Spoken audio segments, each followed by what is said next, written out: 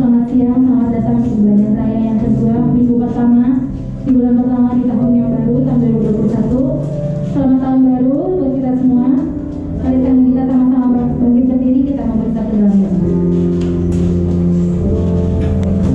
Tuhan Yesus, Allah Bapa kami berkata dalam kaitan surga, kami mengucap syukur Tuhan kalau kami boleh memasuki tahun yang baru, tahun 2021. Bahkan kalau kami boleh berdiri di tempat ini Tuhan Yesus, bukan karena kuat gagah kami Tuhan, tapi semua karena penyertaan Tuhan yang sempurna untuk setiap kami ya Bapa.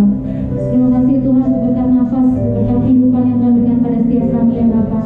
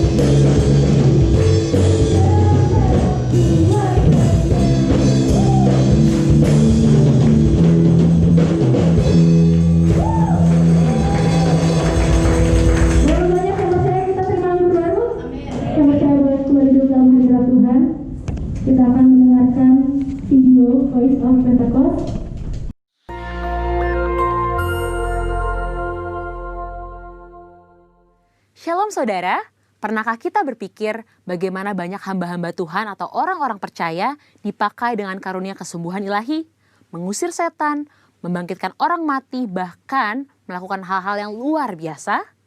Misalnya di dalam Alkitab, Musa, Paulus, Petrus, dan banyak tokoh iman lainnya melakukan hal-hal yang luar biasa. Ada satu kesamaan dari semua tokoh-tokoh tersebut, yaitu pengurapan Tuhan yang luar biasa ada pada mereka. Sesungguhnya pengurapan dari Tuhan adalah penting bagi orang percaya. Dalam edisi Voice of Pentecost kali ini, kita akan membahas mengenai pengurapan dalam pelayanan dan kehidupan orang percaya. Di dalam Perjanjian Lama, tindakan pengurapan dilaksanakan pada acara ritual keagamaan, seperti penghabisan imam besar, penghabisan imam yang melayani, pengangkatan seorang raja, serta pengangkatan seorang nabi. Di dalam Perjanjian Lama, memang hanya orang-orang yang khususlah yang dapat menerima pengurapan. Sedangkan dalam Perjanjian Baru, pengurapan diberikan kepada orang-orang yang percaya kepada Yesus Kristus. Dalam Perjanjian Lama, instrumen yang sering kali dipakai dalam pengurapan adalah minyak. Minyak adalah lambang persetujuan dengan Allah, kehadiran Allah, berkat, kuasa, penghiburan, kesembuhan, sukacita, perkenanan, dan kesejahteraan. Akan tetapi, dalam Perjanjian Baru tidak terlalu ditekankan tentang minyak, tetapi Roh Kudus menjadi instrumen pengurapan itu sendiri. Prinsip yang mendasari pengurapan minyak adalah prinsip konsekrasi, yaitu memisahkan atau mengkhususkan sesuatu atau seseorang kepada Tuhan. Prinsip konsekrasi dengan pengolesan minyak tetap berlaku pada era Perjanjian Baru. Lalu, apa contoh peristiwa pengurapan dalam Alkitab? Salah satunya adalah pengurapan double portion. Pengurapan 2 kali ganda sangat dikenal dalam gereja aliran Pentakosta dan karismatik. Istilah ini mengacu kepada peristiwa Elia dan Elisa yang dicatat dalam 2 Raja-Raja 2 ayat 1-14, di mana Elisa meminta 2 bagian dari roh Elia. Salah satu dampak dari pengurapan double portion yang diterima Elisa adalah mujizat-mujizat yang Tuhan kerjakan melalui pelayanan Elisa 2 kali lipat lebih banyak dari Elia. Hal ini tidak membuktikan bahwa Elisa lebih hebat dari Elia, justru lebih membuktikan bagaimana mentoring yang dilakukan Elia kepada Elisa berhasil. Peristiwa yang senada juga terjadi pada zaman Perjanjian Baru, di mana Tuhan Yesus menyampaikan kepada murid-muridnya dalam Yohanes 14 ayat 12, "Sesungguhnya barang siapa percaya kepadaku, ia akan melakukan juga pekerjaan-pekerjaan yang aku lakukan, bahkan pekerjaan-pekerjaan yang lebih besar daripada itu." Maksud perkataan Tuhan Yesus bukan berarti orang percaya lebih hebat darinya, melainkan orang percaya akan melakukan pelayanan yang menjangkau lebih banyak orang, serta pelayanan kepada bangsa-bangsa non-Yahudi. Dengan perkembangan teknologi, internet, dan media sosial, kini semua pelayanan penjangkauan dimungkinkan. Roh Kudus memenuhi dan mengurapi orang percaya untuk melakukan pelayanan tersebut. Pengurapan double portion merupakan pengurapan untuk pelayanan yang lebih besar. Umumnya terjadi dalam konteks bapa rohani dengan anak rohani. Orang percaya yang merindukan pengurapan tersebut tentu harus membangun hubungan bapa anak dengan pemimpin rohani yang Tuhan Yesus tempatkan di atasnya. Selanjutnya, apa maksud dan tujuan dari pengurapan? Dalam Lukas 4 ayat 18-19 dijelaskan bahwa Yesus Kristus sebagai yang diurapi. Jikalau Yesus saja menerima pengurapan dari Allah, terlebih lagi kita sebagai orang percaya. Oleh karena itu, pengurapan harus disadari sebagai bagian dari perjalanan orang percaya dalam menjalankan panggilan Kristus. Dalam hidup setiap hari, Tuhan pun telah berkata bahwa Ia sebagai gembala yang baik akan mengurapi kepala orang percaya dengan minyak. Pengurapan yang diberikan kepada orang-orang percaya dalam era Perjanjian Baru bukanlah untuk tujuan keselamatan atau berkat secara jasmani, namun untuk tujuan pelayanan, yaitu pemberitaan Injil dan menyatakan kuasa Allah. Dan yang terakhir, pengurapan merupakan bagian tidak terpisahkan dari hidup orang percaya. Salah satu yang membedakan antara orang percaya dengan orang yang belum percaya adalah adanya pengurapan Tuhan dalam hidupnya. Sebagai pengikut Kristus, pengurapan bukanlah sesuatu yang asing, melainkan menjadi bagian yang penting dalam perjalanan iman dan keseharian kita. Dengan demikian, orang yang percaya kepada Kristus sudah seharusnya menjadikan pengurapan sebagai bagian yang penting dan tidak terpisahkan dari hidup mereka. Sekarang adalah era Pentakosta yang ketiga, di mana orang percaya menjadi the messenger of the third Pentecost. Dan pengurapan sungguh sangat kita perlukan untuk menuntaskan amanat anggungnya. misi kerajaannya tidak dapat dilakukan dengan kekuatan kita sendiri.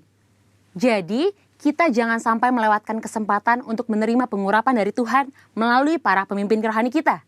Mari terima pengurapan Tuhan dengan iman dan mulai melangkah untuk mengerjakan apa yang Roh Kudus perintahkan di dalam hidup kita. Tuhan Yesus memberkati.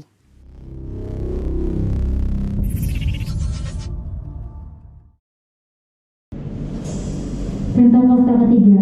1. Pentakosta ketiga adalah pencurahan Roh Kudus yang dahsyat di zaman Now, seperti yang terjadi di Asus Sastri. 2. Pentakosta ketiga akan mengakibatkan penuaian jiwa yang terbesar dan yang terakhir sebelum Tuhan Yesus datang kembali. 3. Pentakosta ketiga akan membangkitkan generasi Yeremia, yaitu anak-anak muda yang dipenuhi Roh Kudus, cinta mati-matian kepada Tuhan Yesus, tidak kompromi terhadap dosa, dan akan bergerak untuk memenangkan jiwa. 4. Pentakosta ketiga lahir di Indonesia yang bergerak ke bangsa-bangsa. Gerakan ini dari timur ke barat dan akan kembali ke Yerusalem. 5. Pentakosta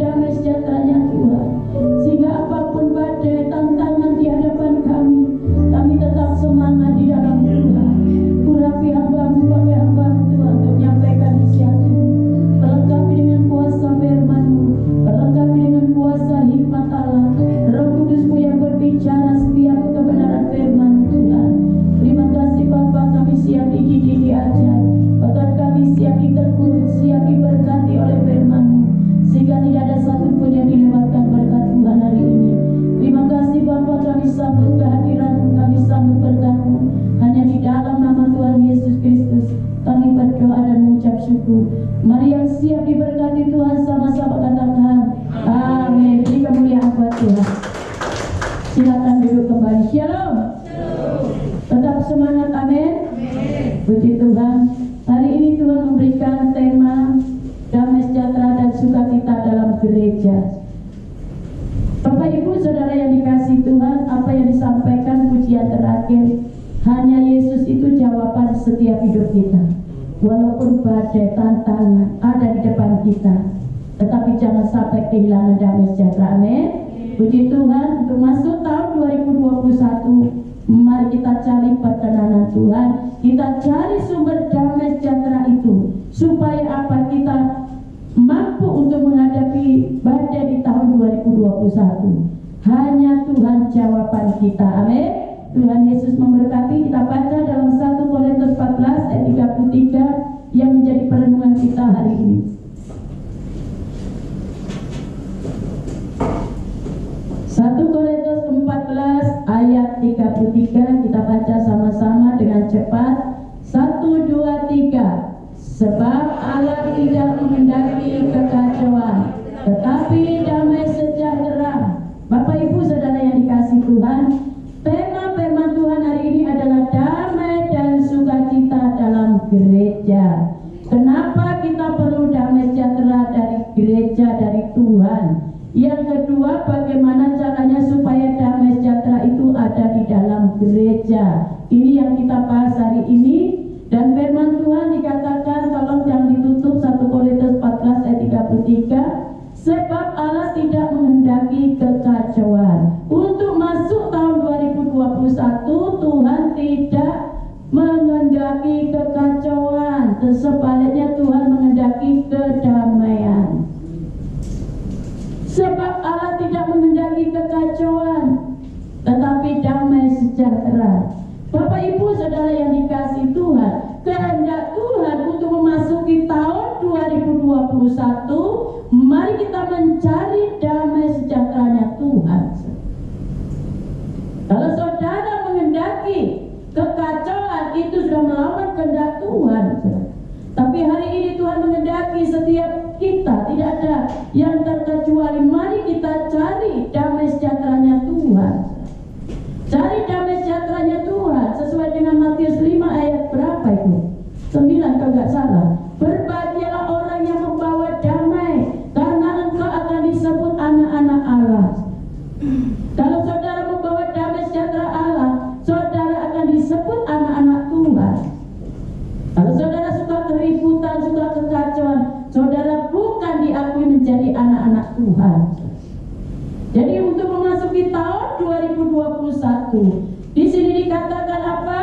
Berbahagialah orang yang membawa damai, karena mereka akan disebut anak-anak Allah. Orang yang membawa damai hidupnya bahagia. Orang yang membawa damai hidupnya penuh dengan sukacita. Orang yang membawa damai pasti hatinya beres. Orang yang hidup rukun, suka membawa perdamaian, saudara dikasih predikat sebagai anak-anak Tuhan. Saudara sebagai anak bupati, anak camat, anak lurah, anak RT, anak presiden, bangga. Tidak salah. Anak gembala, bangga. Tetapi saudara harus lebih bangga menjadi anak-anak Tuhan apabila kita mampu membawa damai di sekitar kita. Bagaimana Bu Gembala saya bisa membawa damai? Orang itu menyebalkan, orang itu banyak kekurangan. Damai sejahtera bukan karena keadaan, tapi bagaimana hati saudara dipenuhi dengan hadirat Tuhan, dipenuhi dengan Roh Kudus. Saudara tidak akan melihat kekurangan orang lain. Bagaimanapun kekurangan orang lain itu biji mata Tuhan. Tidak ada manusia yang sempurna. Sehebat-hebatnya hamba Tuhan, sebesar-besarnya gereja apapun hebatnya, tetap tidak ada yang sempurna. Tetapi hari ini mari apapun keadaan kita, walaupun ada badai, ada tantangan, jangan sampai kehilangan damai sejahtera. Karena kalau kita kehilangan damai sejahtera, itu pasti ada kekacauan, ada ketidakpuasan, saudara. Kepuasan bukan terjadi di sekitar kita, tapi bagaimana menempatkan hati kita ada di dalam Roh Kudus. Itu baru kita ada kepuasan tersendiri. Kalau kita melihat keadaan kita kehilangan damai sejahtera. Tetapi firman Tuhan hari ini, berbahagialah orang yang membawa damai, karena mereka akan disebut anak-anak Allah. Kita harus lebih bangga kalau kita menjadi predikat anak-anak Tuhan. Kalau hati kita benar, kalau hati kita beres. Dan Allah menghendaki kedamaian, bukan kekacauan. Tema firman Tuhan hari ini adalah damai dan sukacita dalam gereja. Mengapa damai sejahtera itu perlu ada dalam gereja Tuhan, yang kita bahas nanti. Yang kedua, bagaimana supaya damai sejahtera itu berada di dalam gereja. Waktu Natal saya sampaikan bahwa Natal adalah membawa damai, jalan suatu kebahagiaan. Awal tahun saya sampaikan, hidup yang mengandalkan Tuhan selalu mengalami mujizat Tuhan. Orang yang hidupnya mengandalkan Tuhan pasti ada mujizat. Bukan mengandalkan kehebatan kita, kekuatan kita. Kalau saudara mengandalkan kekuatan, kehebatan kita, saudara siap-siap kecewa, siap-siap gagal, siap-siap babak belur. Sehebat-hebatnya manusia tidak bisa mengendalikan nafas hidup kita. Yang setuju katakan amin. Bapak Ibu saudara yang dikasihi Tuhan, ada salah satu anak Tuhan saya kuatkan. Apapun keadaan ibu harus tetap bersyukur. Iya Bu. Saya ingat gembala saya selalu nyanyikan apa? Darahmu Yesus sucikan daku, darahmu Yesus bebaskanku, termasuk bebas dari segala tekanan, segala intimidasi iblis, termasuk segala sakit penyakit. Dan puji Tuhan, saya ke sana saya bawa perjamuan. Hanya kuasa darah Yesus yang bisa menyembuhkan sakit penyakit ibu. Saya katakan, iman ibu yang menyelamatkan, iman ibu yang menyembuhkan. Jangan fokus masalah, saudara hilang harapan, takut, kecewa, khawatir dan lain sebagainya. Dan dia selalu ingat pesan-pesan Tuhan lewat gembala di tempat ini. Hanya darah Yesus, hanya andalkan Tuhan. Yang setuju katakan amin. Perjamuan suci, hanya kuasa darah Yesus. Jangan main-main dengan kuasa darah Yesus. Bapak Ibu saudara yang dikasihi Tuhan, kita sambung lagi 1 Tesalonika 5 ayat yang ke-13. 1 Tesalonika 5 ayat ke-13. Bukan 3 ya. Iya. Kita baca sama-sama. 1, 2, 3. Dan supaya kamu sungguh-sungguh menjunjung mereka dalam kasih karena pekerjaan mereka, hiduplah selalu dalam damai seorang dengan yang lain. Tuhan tidak menghendaki hiduplah saling mencaci maki, saling menjatuhkan, saling melemahkan. Tapi di sini hiduplah selalu dalam damai seorang dengan yang lain. Untuk memasuki tahun 2021, mari singkirkan segala hal yang membuat kita tidak damai sejahtera. Sekalipun orang itu mungkin mengecewakan kita, menjengkelkan kita, tapi tidak ada alasan kita menghakimi, menghukum, dan mengobrak kesalahan orang lain itu kepada orang lain. Mari Bapak Ibu saudara yang dikasihi Tuhan, 1 Tesalonika 5 ayat 13 dikatakan, dan supaya kamu sungguh-sungguh menjunjung mereka dalam kasih. Tuhan ajarkan kasih karena pekerjaan mereka, hiduplah selalu damai seorang dengan yang lain. Ajaran Tuhan Yesus yang paling menonjol pelayanannya adalah pelayanan kasih. Ini tidak ada ajaran lain. Untuk memasuki tahun 2021, singkirkan hal-hal untuk menghakimi orang lain. Siapa kita menghukum orang lain? Siapa kita mengadili orang lain? Saudara? Kalau saudara menuding-nuding orang lain, apakah kita sudah sempurna? Mari kita saling mendoakan untuk masuki tahun 2021. Biarlah kita hiduplah selalu dalam damai seorang dengan yang lain, apalagi dalam keluarga kita. Hai suami-suami, buatlah istri-istrimu nyaman, penuh damai. Hai istri-istri, buatlah suamimu nyaman, penuh damai. Hai anak-anak, buatlah kedua orang tuamu penuh damai dan nyaman. Memasuki tahun 2021, berhenti kita mencela orang lain, menghakimi orang lain, mengadili orang lain. Karena apa yang kita tabur pasti dituai. Nggak ada yang gratis ya. Yang setuju katakan amin. Jangan kita seenaknya kita bicara, orang lain nggak dengar-dengar saudara. Biar ada tembok pasti nyampe. Hati-hati. Untuk masuki tahun 2021, jaga hati, jaga perkataan kita.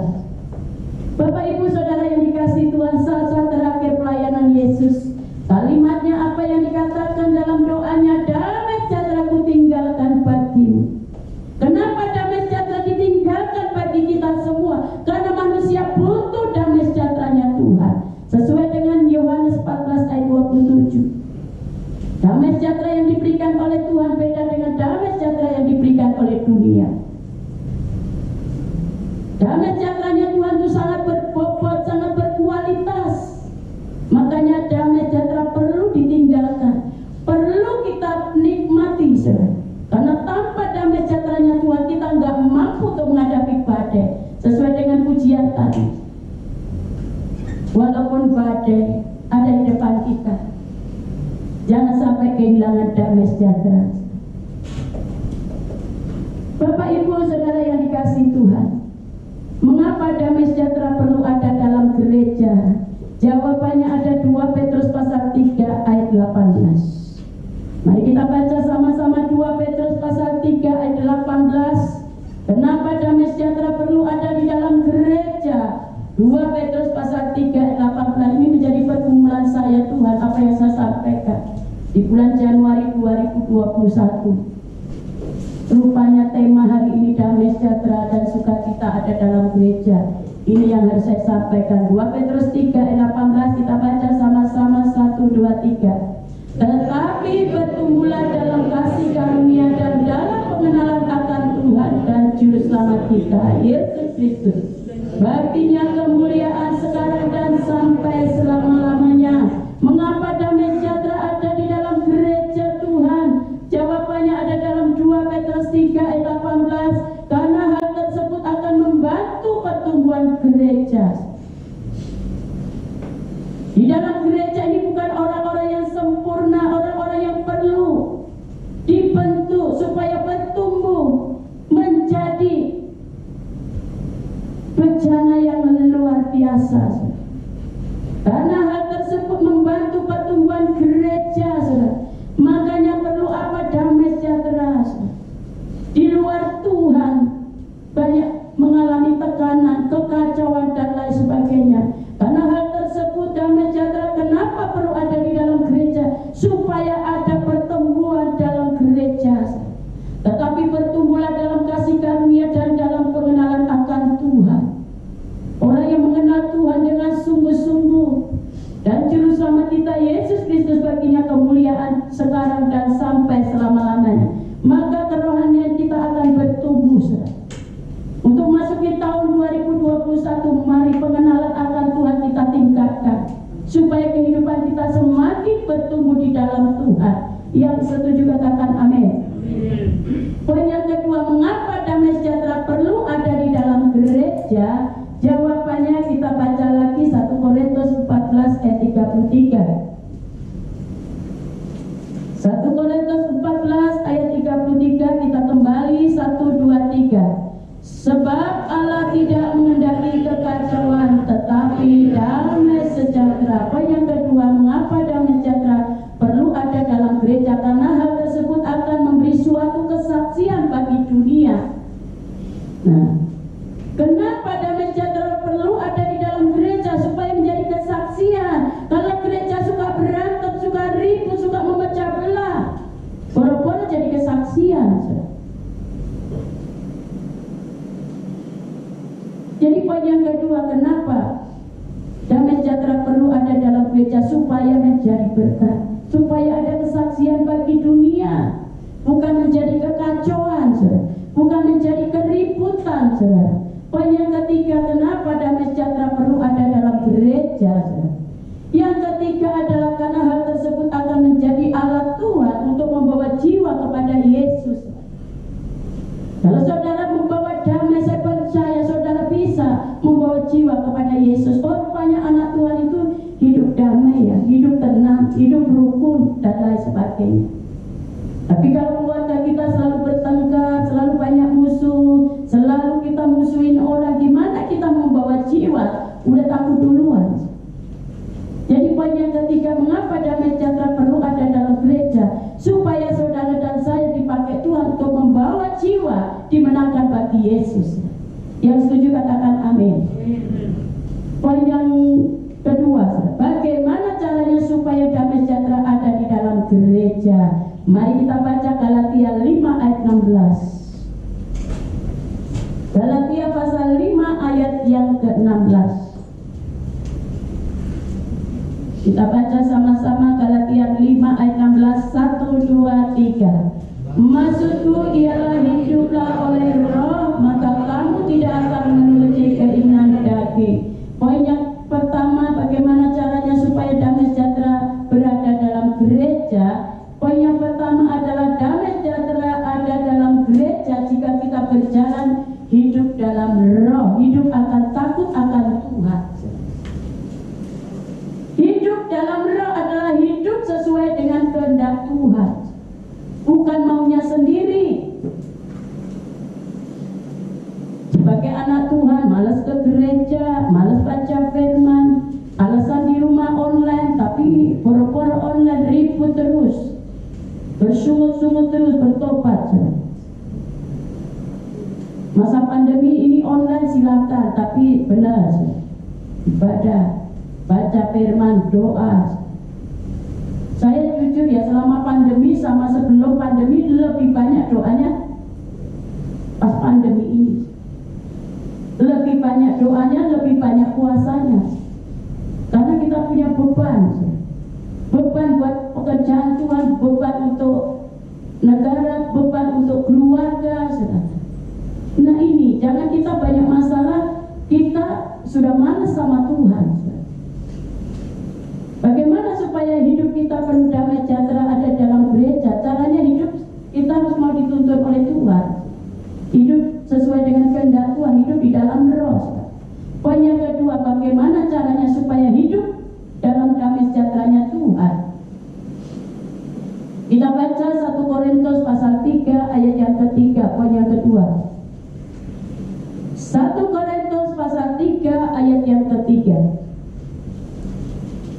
Mari kita baca sama-sama 1, 2, 3.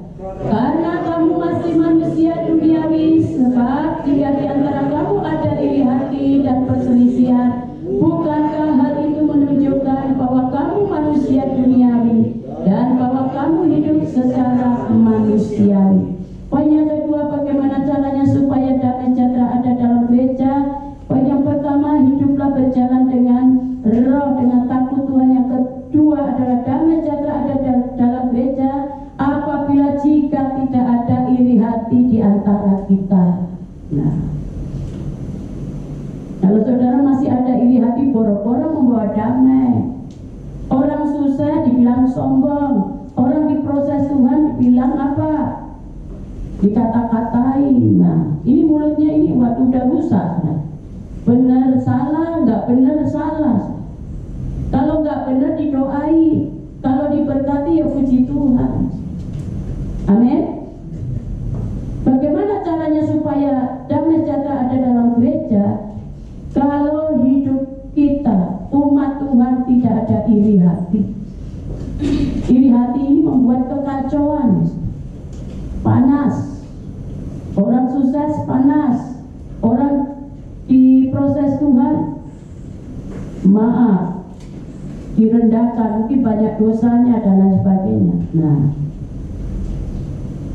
apapun keadaan orang itu, kalau mereka diberkati Tuhan, puji Tuhan. Kalau mereka diproses Tuhan, kita dukung dalam doa. Amin. Jangan kita, orang sukses salah, orang diproses Tuhan juga salah. Apapun keadaan mereka, bukan urusan kita. Urusan kita berdoa. kita menopang, menguatkan. Hari-hari ini ada beberapa jemaat saya tanya, pengen kerja enggak? Iya Bu.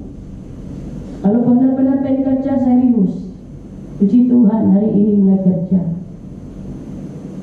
Ada juga anak-anak muda youth, pengen kerja enggak? Kerja. Interviewnya di rumah saya.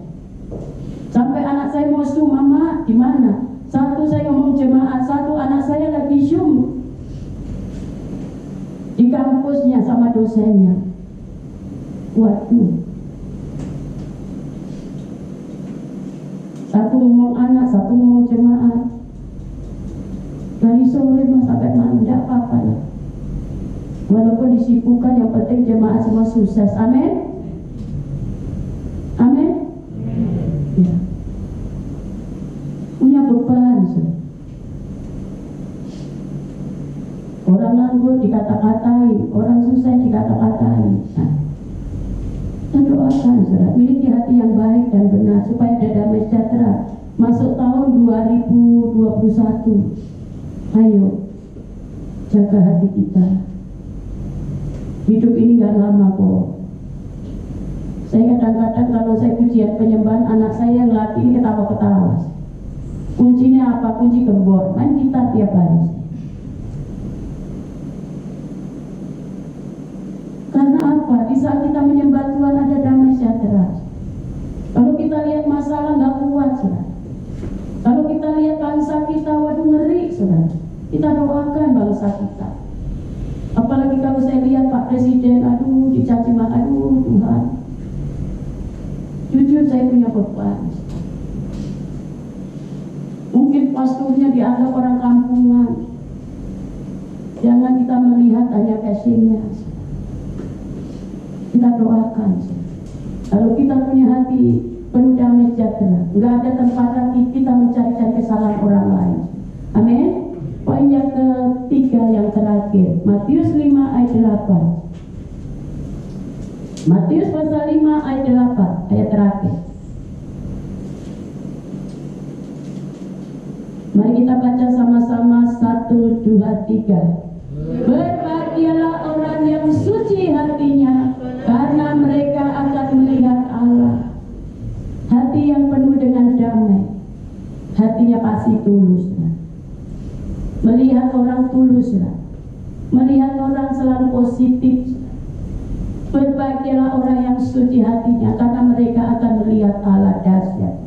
Termasuk tahun 2021, miliki hati yang tulus di hadapan Tuhan, di hadapan manusia. Amin. Tuhan Yesus memberkati. Kita akan masuk dalam perjamuan suci. Mari kita berdoa bersama-sama. Bapa kami yang ada di surga, terima kasih Tuhan, hamba-Mu terbatas untuk menyampaikan isi hati. Tetapi Allah Roh Kudus tidak pernah terbatas. Urapi hamba-Mu, urapi kami semua. Dan sebentar kami akan seidakan dengan Engkau. Mari masing-masing minta ampun kepada Tuhan. Kita akan seidakan dengan Tuhan. Tuhan, ampuni segala dosa dan pelanggaran kami. Ampuni segala kesombongan kami, perkataan kami Tuhan. Kelayakan kami seidakan dengan Engkau Tuhan. Biarlah perjamuan suci ini menjadi berkat dan nama Tuhan ditinggikan. Terima kasih Bapa, segala pujian hormat hanya bagi-Mu. Dalam nama Tuhan Yesus Kristus kami berdoa dan mengucap syukur. Haleluya, amin. Mari kita bangkit berdiri. Kita akan masuk dalam perjamuan. Kita angkat tinggi-tinggi roti kita.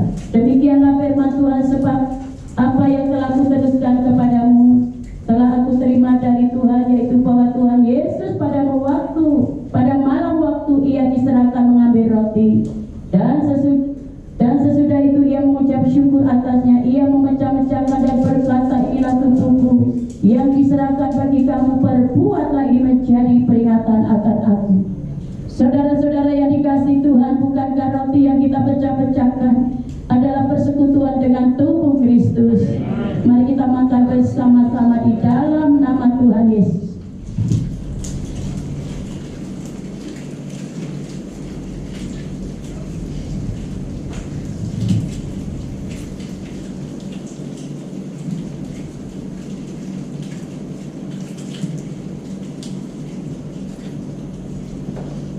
Mari kita angkat tinggi-tinggi cawan kita. Demikian juga ia mengambil cawan sesudah makan lalu berkata,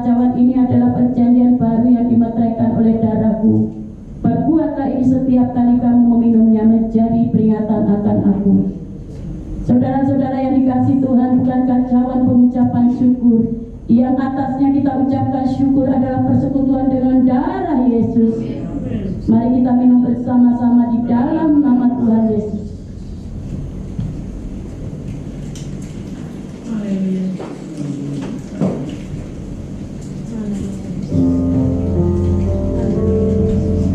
Mari kita mengucap syukur kepada Tuhan.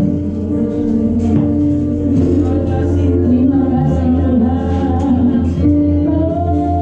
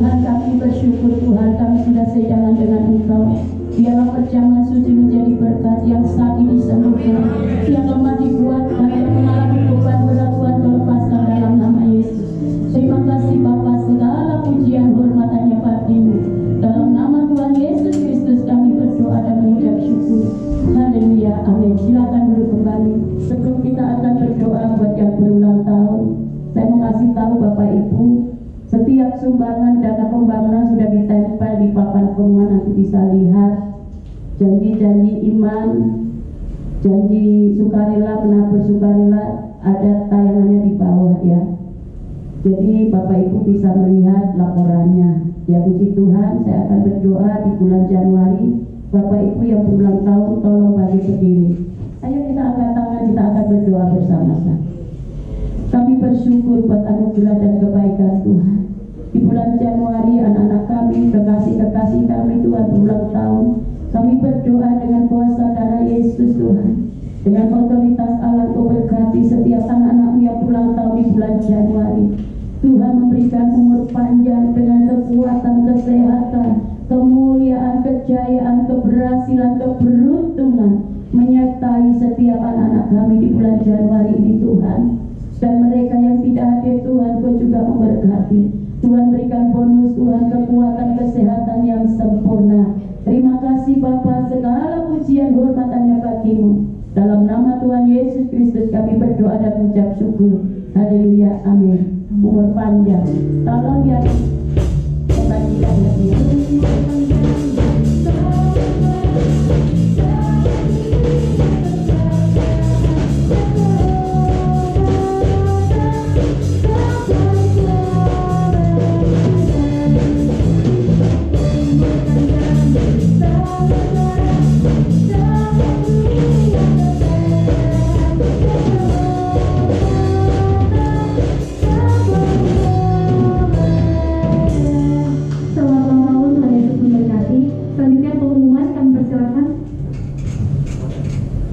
Bapak Ibu Saudara yang kasih Tuhan, shalom. Diberkati oleh kebenaran firman Tuhan. Ya, puji Tuhan. Kami seluruh jemaat GBK Harapan mengucapkan terima kasih atas pelayanan firman Tuhan dan hambanya PDM Nini Kristianti STA Tuhan Yesus memberkati semua pelayanan Ibu. Kami menyambut Bapak Ibu Saudara yang baru pertama kali hadir dalam ibadah raya GBK Harapan berdiri agar kami dapat lebih mengenal. Puji Tuhan, semua jemaat yang setia. Menjadi kerinduan kita semua berdoa bagi jiwa-jiwa baru untuk datang ke tempat ini sehingga lebih banyak lagi yang diselamatkan untuk pemulihan nama Tuhan. Kegiatan sepekan. Yang pertama, kegiatan tengah minggu diminggukan. Yang kedua, pengumuman dan pembangunan. Dalam pembangunan amplop biru sampai minggu yang lalu 138.504.000. Sumbangan sukarela 59 kakak sampai minggu yang lalu 125.781.000. Total 264.285.000. Dana yang sudah digunakan atau terpakai 54.883.000. Total dana yang ada 209.402.000 rupiah. Sumbangan bahan bangunan 59 sak semen dari jemaat. Terima kasih atas partisipasi Bapak Ibu. Kami percaya Bapak Ibu pasti akan mendukung dalam doa dan dana. Yang ketiga, ibadah raya minggu depan 10 Januari 2021 diadakan 3 kali. Ibadah pertama pukul 7.30, ibadah raya kedua pukul 10 WIB, ibadah raya ketiga pukul 17 WIB. Ibadah sekolah minggu lewat online di YouTube.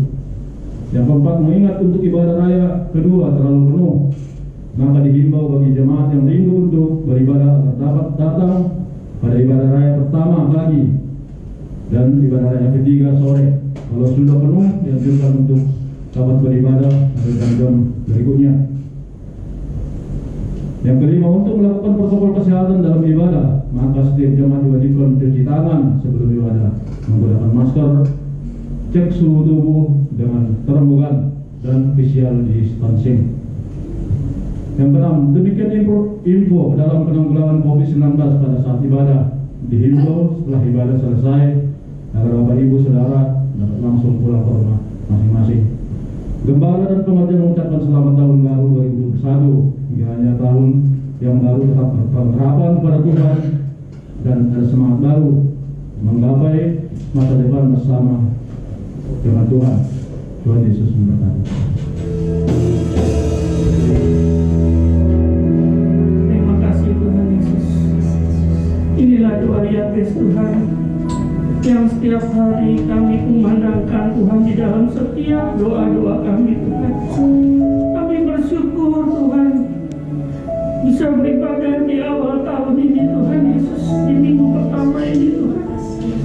Semua karena kasih anugerah-Mu, semua karena Tuhan kebaikan-Mu atas kami Tuhan. Kami ada sebagaimana kami ada pada hari ini Tuhan, sehingga kami bisa melewati Tuhan sepanjang tahun 2021 Tuhan. Meskipun banyak tantangan Tuhan, meskipun banyak topan badai sekalipun di dalam kehidupan kami Tuhan, kami tetap berdiri tegak Tuhan, karena Yesus, Tuhan Yesus ada bersama dengan kami Tuhan Yesus. Terima kasih Bapa, terima kasih Tuhan Yesus untuk pesan firman-Mu Tuhan pada hari ini Tuhan Yesus, bahwasannya Tuhan kami harus menjadi pembawa damai Tuhan Yesus.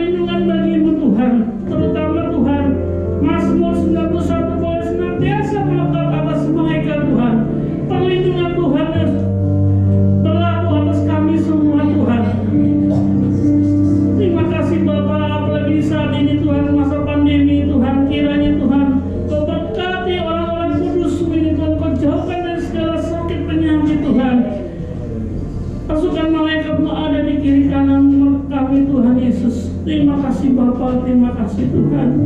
Kami juga mau bersiap Tuhan untuk bangsa negara kami Tuhan. Berkati Indonesia, Shalom Indonesia. Kiranya Indonesia bangkit di tahun 2021 ini Tuhan. Bangkit dari krisis ekonomi Tuhan. Bangkit Tuhan dari segala sesuatunya Tuhan Yesus. Sehingga Tuhan pandemi COVID-19 ini akan berakhir di tahun ini Tuhan. Sehingga kehidupan normal Tuhan berlaku kembali Tuhan atas kami semua Tuhan, khususnya di bangsa negara kami Tuhan. Terima kasih Bapak, terima kasih Bapak. Kami juga berdoa untuk memimpin negara kami Tuhan, dari Presiden Tuhan sampai aparatur yang terendah Tuhan, di mana kami boleh tinggal Tuhan, di Kelurahan Mustika Jaya, Kecamatan Mustika Jaya Tuhan. Berkati pemimpin camat kami, berkati pemimpin lurah kami Tuhan. Berikan hikmat dari Tuhan dalam memimpin wilayah ini Tuhan. Kami juga berdoa Tuhan untuk Bapak RW, Bapak RT Tuhan. Berkati mereka Tuhan. Berikan hikmat marifat bagi mereka Tuhan. Kalau kami sudah terjalin komunikasi yang indah Tuhan selama ini Tuhan. Berkati Tuhan Yesus. Berkati ruko satu gereja, satu deret ini Tuhan. Kami adalah semua satu tubuh. Meskipun kami berbeda dominasi Tuhan, tapi kami Tuhan melayani Tuhan untuk kebesaran dan kemuliaan nama saja Tuhan. Terima kasih Bapak. Kami juga mau berdoa Tuhan untuk anak-anakmu yang telah setia datang pada siang hari Tuhan. Apapun masalah mereka Tuhan, Engkau Allah yang mengetahui. Engkau mengetahui pergumulan mereka Tuhan Yesus. Yang lemah dikuatkan, yang sakit disembuhkan di dalam nama Tuhan Yesus Kristus. Darah Yesus, bilur-bilur Yesus Tuhan sudah menebus kami Tuhan Yesus, sehingga kami dibebaskan Tuhan dari segala kutuk dan dosa dan juga sakit penyakit Tuhan. Kami pulang membawa damai sejahtera, kami pulang membawa sukacita dari surga Tuhan, yang akan kami bagikan Tuhan ke anggota keluarga kami semua Tuhan Yesus. Terima kasih Tuhan Yesus. Terima kasih Roh Kudus. Saat ini Tuhan kami akan berdoa sesuai yang Kau ajarkan pada kami Tuhan. Bapa kami yang di surga, dikuduskan nama-Mu, datanglah kerajaan-Mu, jadilah kehendak-Mu di bumi seperti di surga. Berikan kami kami di makan kami secukupnya, dan ampunilah kami akan kesalahan kami, seperti kami juga mengampuni orang yang bersalah pada kami. Dan jangan kami dalam pencobaan, tapi lepaskan kami dari banyak jahat, karena Engkau punya kerajaan dan kuasa dan kemuliaan sampai selama-lamanya. Kami siapkan nanti kami untuk memperkatakan yang akan sampaikan oleh hamba-Mu. Kekasih-kekasih Tuhan, biji mata Tuhan, umat kesayangan Tuhan, pulanglah membawa berkat daripada Tuhan. Berkat damai sejahtera sukacita, berkat yang berlimpah-limpah dari Allah Bapa, Anak dan Roh Kudus menyertai kita semua. Mulai hari ini sampai Tuhan Yesus datang yang kedua kali, menjemput kita di awan-awan yang permai sampai selama-lamanya. Mari yang percaya dan berkati Tuhan sama-sama katakan.